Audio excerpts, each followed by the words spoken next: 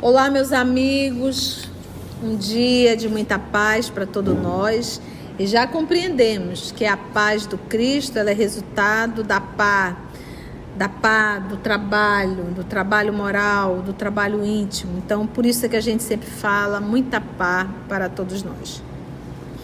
Hoje, exatamente 17 de junho de 2022, e estamos nós reunidos para estudarmos a obra Missionários da Luz, livro psicografado por Francisco Cândido Xavier pelo Espírito André Luiz.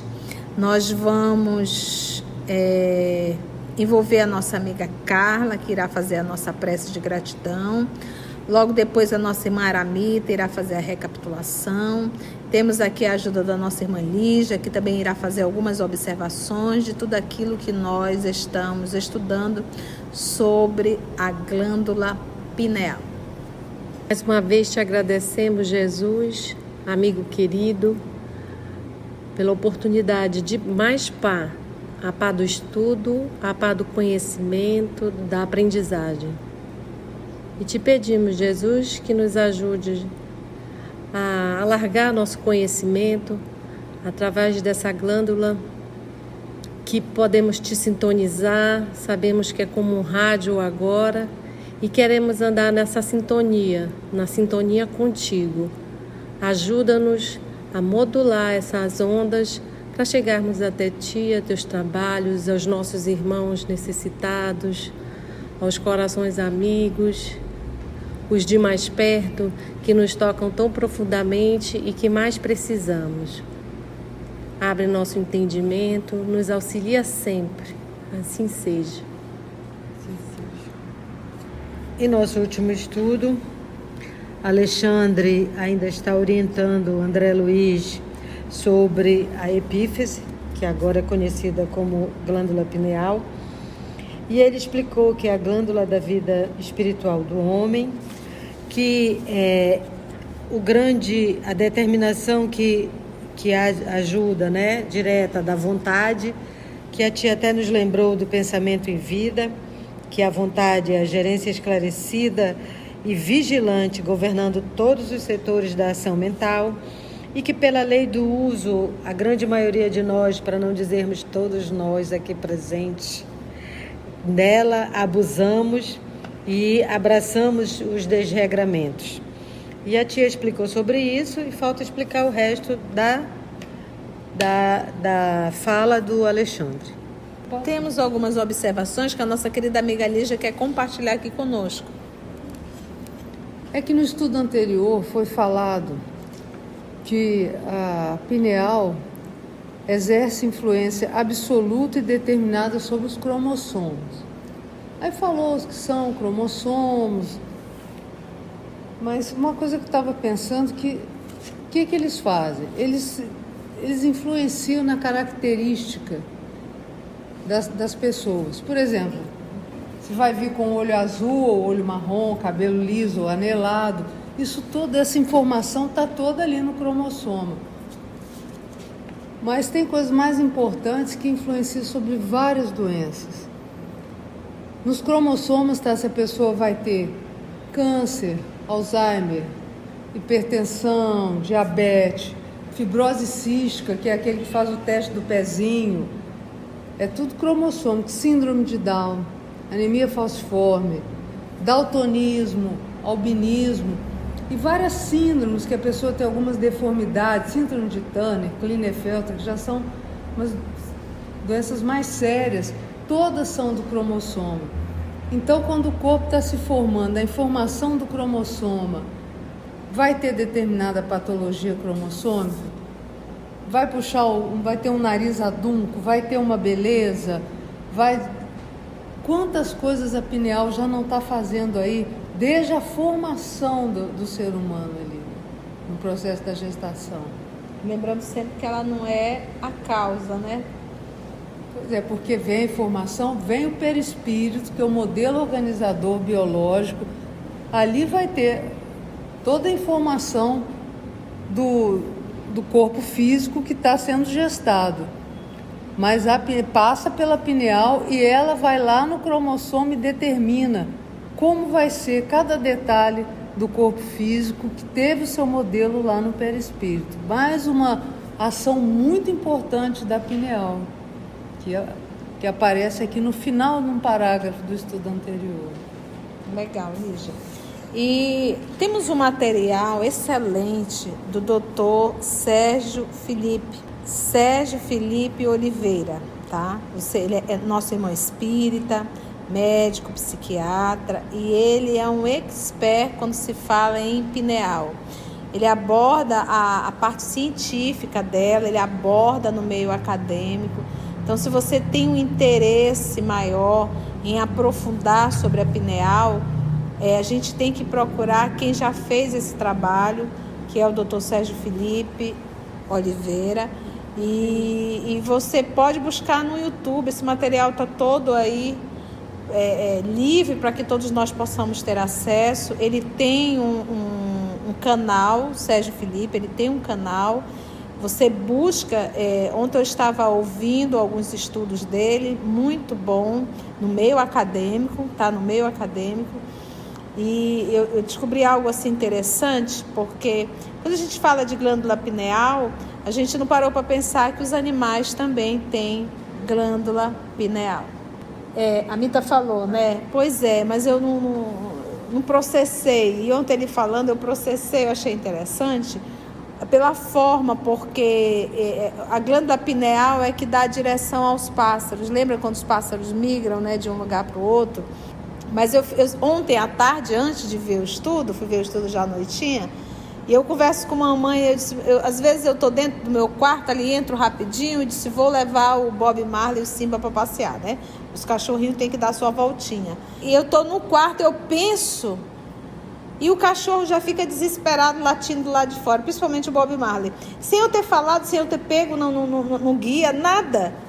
E eu digo, mãe, eu queria entender o que rola com o Bob Marley, porque eu penso dentro do quarto, ele já está todo oriçado aqui fora. O que acontece? Aí à noite, eu assistindo o estudo, o Dr. Sérgio Felipe fala dessa pineal. E qual é a transmissão? Como é que é a comunicação da pineal, se não por essas ondas, por esse magnetismo, né? Então imagina aí, por isso é que ele disse assim, por isso que o cachorro, ele antes de ver o dono ainda está chegando, ainda está lá embaixo, ele já sabe que o dono chegou. É justamente o magnetismo que ele capta pela sua pineal. Então, olha, assim, é um estudo que realmente nós espíritas deveríamos assim aprofundar. Então, busca o canal do Dr. Sérgio Felipe, que é um material muito bom, às vezes um pouco científico, mas a gente vai tentando absorver. A linguagem dele é simples, tem alguns pontos que a gente não consegue entender tão bem assim, por não ser da área da saúde, até porque ele estava falando pro pessoal da área da saúde, mas é muito gostoso, 95% dá para entender, tá bom? Então vamos lá voltar, a fala é de quem aqui, que o nosso amigo Augusto fez a semana passada? Alexandre. Então vamos continuar aqui para a gente entender um pouco mais. Paramos exatamente em puras, né? Continua ele está falando para quem, o Alexandre? O André Luiz. A perversão, continua Alexandre, a perversão do nosso plano mental, consciente, em qualquer sentido da evolução. Gente, perversão é o quê? É algo bom? É algo ruim? É algo que está no plumo? É algo que saiu do plumo? É algo que foi o quê? Pervertido. A perversão do nosso plano mental, consciente, tá? Consciente é o que eu estou pensando aqui agora, em qualquer sentido da evolução, em qualquer sentido, em qualquer grau que tu esteja, determina a perversão de nosso psiquismo inconsciente. Aí ele diz assim, o que tu pensas aqui no consciente, a tua perversão consciente, acaba também pervertendo o teu... Por quê? Porque joga no arquivo, grava. O psiquismo inconsciente. encarregado, esse psiquismo inconsciente, da execução dos desejos e ordenações mais íntimas. Por que acontece? Tu pensas no teu mundo objetivo, aí a gente diz assim, não, mas eu estou só pensando, já não estou realizando. Só que tu pensas, isso fica gravado no teu inconsciente, também no psiquismo inconsciente, e vai chegar uma hora que essa barreira vai quebrar. Tá alimentando, tá dando ideia. E tudo começa no pensamento. Então, olha só, esse psiquismo inconsciente encarregado da execução dos desejos, lembra da vontade? Lembra por que a vontade é gerente de tudo? Dos desejos e ordenações mais íntimas, na esfera das operações automáticas. Olha, gente, que coisa interessante. Então, o automatismo, essas operações automáticas, ela tem origem aonde? No inconsciente, o que está no automatismo. Então, uma vez que tu pensa, tu fixa mais ainda essa lição no inconsciente. O que vai acontecer? No automatismo, tu vai acabar fazendo. Então, nada de perversão do nosso plano mental. Nada de perversão no nosso plano mental. Por isso que os espíritos nos falam que tudo começa onde? No pensamento. Então, essa ideia, eu só penso, não fiz. Você pensa, não realiza, mas você fixa essa gravação no teu inconsciente. E no teu processo, no automatismo, no dia a dia, sem você pensar, você fez. O que é automatismo? Tu pensa para fazer? Faz. Então você diz, eu não sei não, mas se fizesse comigo, eu dava um bufetão. Aí você só pensa. Você gravou isso aonde? No inconsciente. Se alguém fizer, o que você vai fazer? Vai dar um bufetão. Começa agora a entender? Não devo pensar, porque quando eu penso, mas eu não realizo. Sim, mas você fixa essa gravação no seu inconsciente. Você fixa isso no seu inconsciente. Então, poxa, se nós sabemos dessa lição, por que eu não começo a pensar coisas boas? Para que eu possa fixar no meu inconsciente e no meu dia a dia, no meu automatismo, começar a vir coisa boa. E se acontecer isso? Se acontecer isso, eu vou fazer exatamente isso, como Jesus ensina, E se eu me ver numa situação? Se eu me ver nessa situação, eu vou fazer isso. Olha o processo de educação, de pensamento. Nada de perverter o pensamento.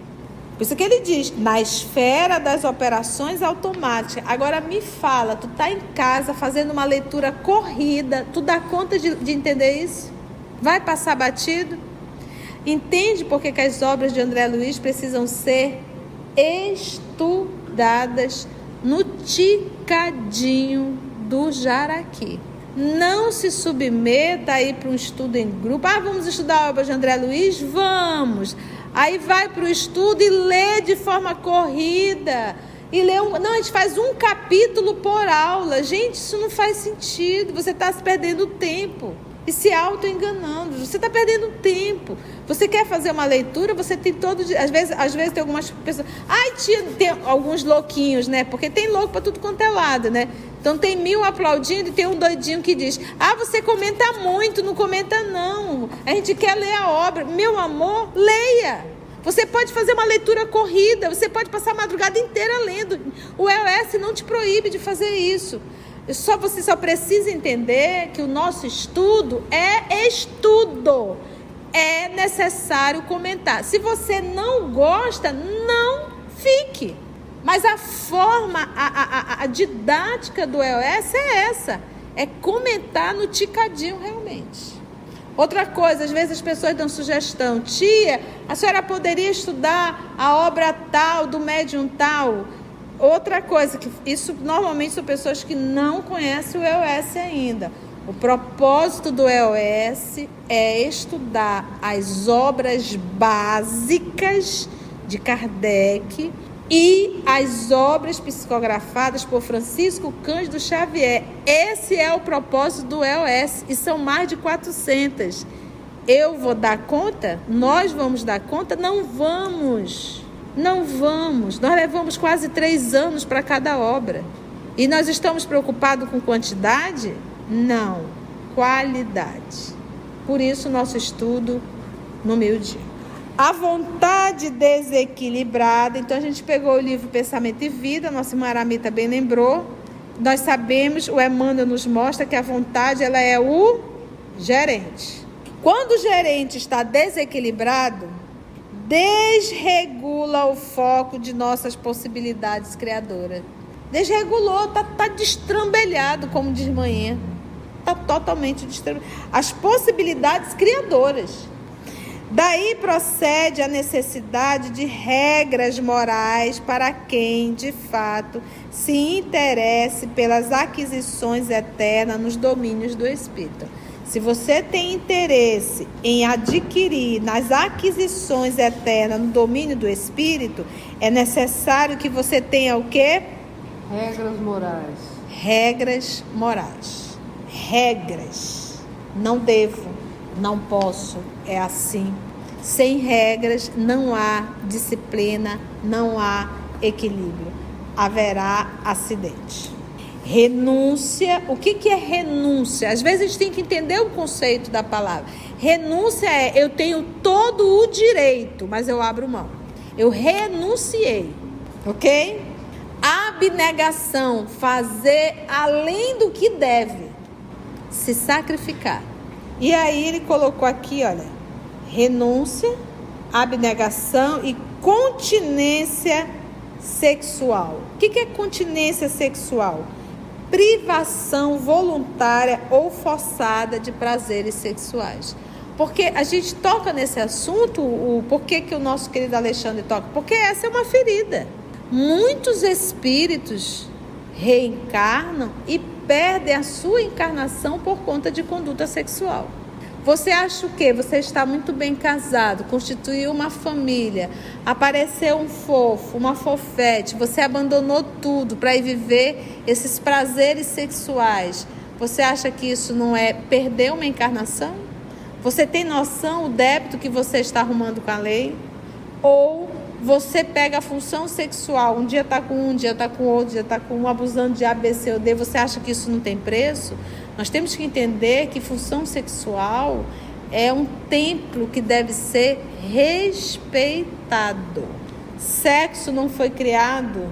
Você vê que os animais respeitam, eles têm um período exato para procriar. Nós, seres humanos, foi dado livre-arbítrio e nós viciamos a forma. Então, por isso, renúncia, abnegação, continência sexual e disciplina emotiva. Aí a gente pode lembrar da Susana no livro Renúncia. Como é que estava a disciplina emotiva dela? Nenhuma. E a nossa, como é que está? A gente se desespera, se desequilibra, chora, arranca os cabelos, se morre a gente cai junto. Se vai embora a gente quer morrer porque foi embora. Um fofo, a fofa, um filho, uma filha. Se acontece alguma coisa a gente se desespera. Cadê a disciplina emotiva? Disciplina. Disciplina é algo que é algo fácil? É algo que você se impõe disciplinadamente, em qualquer situação, seja na alegria ou na tristeza. A gente pode pegar aqui a fala do apóstolo Paulo. Na alegria ou na tristeza, eu, Paulo, sou o mesmo. Então, se acontece alguma coisa, uma alegria, a gente, pronto, se destrambelha toda. Falta de disciplina. Se aconteceu algo ruim, pronto, se destrambelha toda. Falta de disciplina emocional, que é o equilíbrio. E disciplina emotiva não representam meros preceitos de feição religiosa. Não. Isso é autêntico. São providências de teor científico. Científico, de teor.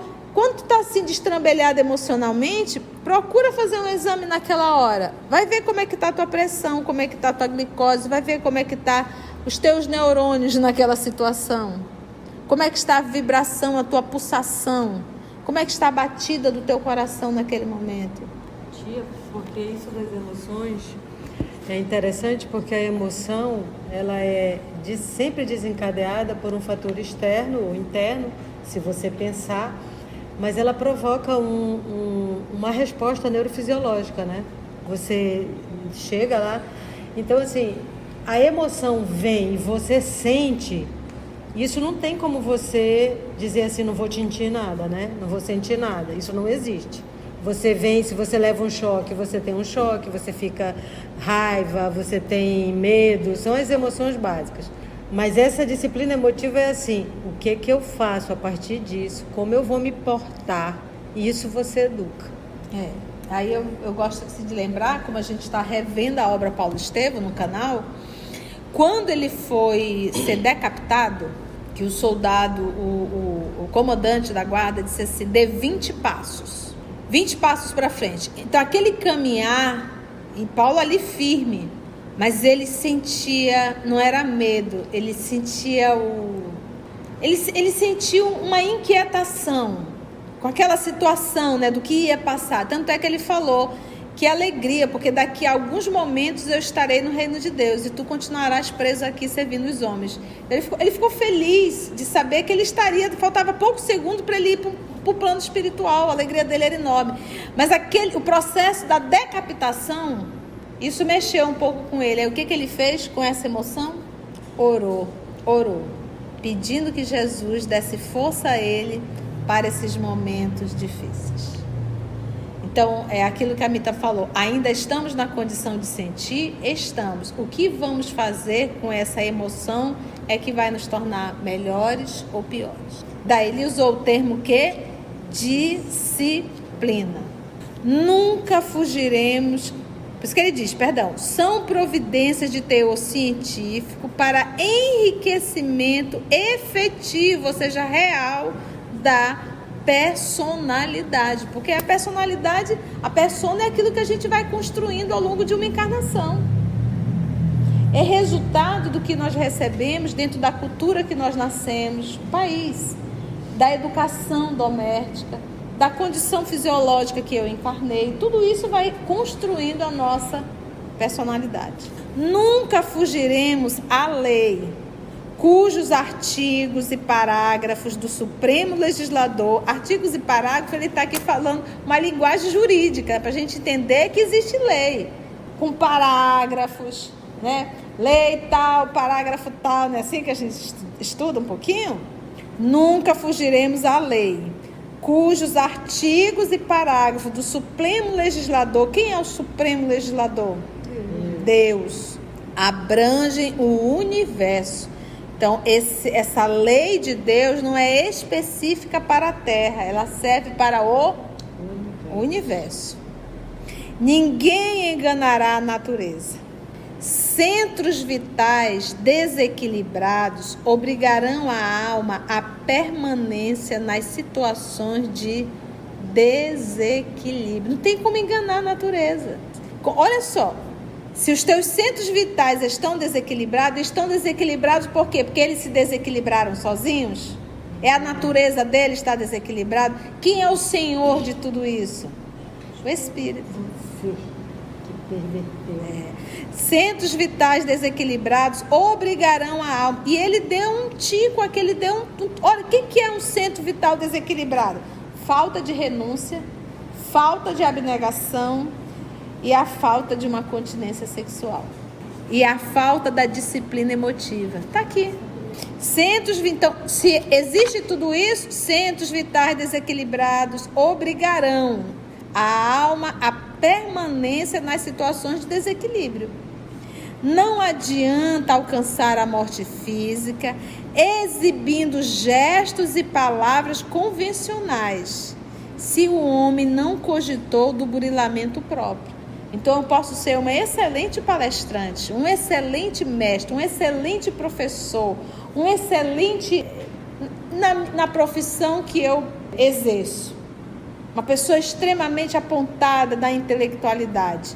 Se eu não peguei tudo isso, e como ele bem diz aqui, não cogitei o meu burilamento próprio, de nada vai servir esse vocabulário espetacular. A justiça que rege a vida eterna jamais se inclinou. Então, em nenhum momento é da lei. Não, mas eu vou abrir aqui uma exceção para você, tá, Aramita? Poxa, porque afinal de contas, né? Não existe isso. Porque quem abre exceção não educa, só vicia. Facilidades vicia. Grande parte, nós que temos mais de 50 anos, tivemos uma infância de muito sacrifício. As coisas eram muito difíceis. As profissões eram poucas, as universidades pouquinho também. Nós não tínhamos a tecnologia que nós temos hoje. Então imagina, para a gente fazer um trabalho, a gente tinha que pegar a baça. Você não sabe nem o que é isso. E eu não vou falar para vocês vão procurar na internet quem não sabe. A gente às vezes saía de casa e ia para uma biblioteca. A gente para fazer um trabalho, escrevia, tinha que ser uma letra bem redondinha. Papel ao maço. A gente fazia trabalho em cartolinas, pregava lá desenhos, e a gente tinha que fazer um curso de datilografia. O A tinha que ser com o dedo mínimo, né? O dedinho mínimo, e tinha que fazer A, S, D, F, A, S, D, F, G, C cedilha, L, K, J, H, né? E a gente decorava, e tinha certificado para isso. Não tinha máquina de lavar louça, máquina de lavar roupa. A água ia embora, a energia ia embora, não tinha ar-condicionado, era um ventilador. Gente, era uma vida complicada, mas como foi bom. Não tinha água gelada. Eu nunca ouvi dizer, eu tô com um amigo meu em depressão. A gente não sabia o que era isso.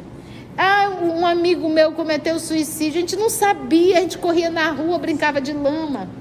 Então a gente percebe e a gente valorizou muito. Então, de repente, houve um progresso intelectual muito grande. A tecnologia chegou de uma forma muito rápida e hoje se resolve tudo. A gente tinha que ir para o banco, gente, para fila. Hoje se resolve tudo na palma da mão. Então, hoje nós temos assim... E aí todo mundo andava de ônibus, ou então a gente ia para a escola andando, né? Isso fazia parte. Hoje não. Foram tantas facilidades, e a gente percebeu que as facilidades tornou um grupo a massa realmente, esse grupo de adultos agora, porque já são adultos, muito frágeis. A gente percebe hoje já adultos que se matou. Matou por quê? Porque a namorada terminou. Tá em depressão por quê? Porque não passou no vestibular. Tá em depressão por quê? Porque não conseguiu trabalho. Ou então a gente percebe adultos vivendo ainda como crianças. Mas por quê? Porque nós aprendemos a lutar, mas não ensinamos os nossos filhos a lutar. E essa luta realmente é resultado do quê? Sacrifício. Então nós vivemos um período em que nós dizemos, eu quero dar para o meu filho o que eu não tive. E nisso nós estamos pagando hoje um alto preço. Então a dificuldade, gente, educa muito. Um pai super protetor iria atrapalhar bastante. Então Deus, nosso Pai, não é super protetor, Ele é justo. Então não abre exceção. Não, eu vou dar uma exceção aqui, tadinha da Lígia, meu Deus, tadinha. Não, eu lhe dei todos os recursos, porque quando o papai manda uma prova, ele tem a certeza que o filho tem condições de passar pela prova. Se o filho não tirou um 10, não foi porque não tinha condição, foi porque esse filho não quis, se acomodou. A justiça, então ele diz assim, desequilíbrio. Não adianta alcançar a morte física exibindo gestos e palavras convencionais, se o homem não cogitou do burilamento próprio. A justiça que rege a vida eterna jamais se inclinou, é o que nós comentamos. É certo que os sentimentos profundos do extremo instante do espírito encarnado cooperam decisivamente nas atividades de regeneração além do túmulo, mas não representam a realização precisa. Obviamente, como ele diz aqui, é certo que os sentimentos profundos do extremo, ou seja, é até aquilo assim, a intenção, o que está por detrás de tudo, isso vai pesar? Vai, mas isso não vai anular. Terá, assim como ele bem diz aqui no final, mas não representa a realização precisa. Vai ter que realizar do certinho que tem que realizar. Gente, 3, 4 parágrafos, 1 hora de comentário. Foi bom, gente? Foi válido? Então...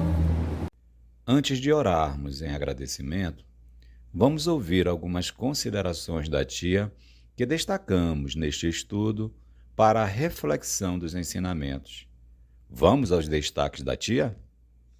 Está alimentando, está dando ideia. E tudo começa No pensamento. Operações automáticas, ela tem origem aonde? No inconsciente, o que está no automatismo. Então, uma vez que tu pensa, tu fixa mais ainda essa lição no inconsciente. O que vai acontecer? No automatismo, tu vai acabar fazendo. Nada de perversão no nosso plano mental. Por isso que os espíritos nos falam que tudo começa aonde? No pensamento. Então essa ideia, eu só penso, não fiz. Você pensa, não realiza, mas você fixa essa gravação no teu inconsciente. E no teu processo, no automatismo, no dia a dia, sem você pensar, você fez. Não devo pensar, porque quando eu penso, mas eu não realizo. Sim, mas você fixa essa gravação no seu inconsciente. Você fixa isso no seu inconsciente. Então, poxa, se nós sabemos dessa lição, por que eu não começo a pensar coisas boas? Para que eu possa fixar no meu inconsciente e no meu dia a dia, no meu automatismo, começar a vir coisa boa. E se acontecer isso? Se acontecer isso, eu vou fazer exatamente isso, como Jesus ensina, E se eu me ver numa situação? Se eu me ver nessa situação, eu vou fazer isso. Olha o processo de educação, de pensamento. Você pega a função sexual, um dia está com um dia está com outro, dia está com um, abusando de A, B, C ou D. Você acha que isso não tem preço? Nós temos que entender que função sexual é um templo que deve ser respeitado. Então, é aquilo que a Mita falou. Ainda estamos na condição de sentir? Estamos. O que vamos fazer com essa emoção é que vai nos tornar melhores ou piores. A justiça que rege a vida eterna jamais se inclinou. Então, em nenhum momento é da lei. Não, mas eu vou abrir aqui uma exceção para você, tá, Aramita? Poxa, porque afinal de contas, né? Não existe isso. Porque quem abre exceção não educa, só vicia. Facilidades vicia. Assim, concluindo o nosso estudo de hoje e agradecendo o nosso Mestre Jesus por mais este momento de aprendizado, vamos orar? Assim agradecemos a Deus nosso Pai, agradecemos a Jesus, o amor de nossa vida, e agradecemos aos amigos espirituais aqui presentes por mais esse momento de encontro e de reflexão. Graças te damos, Senhor.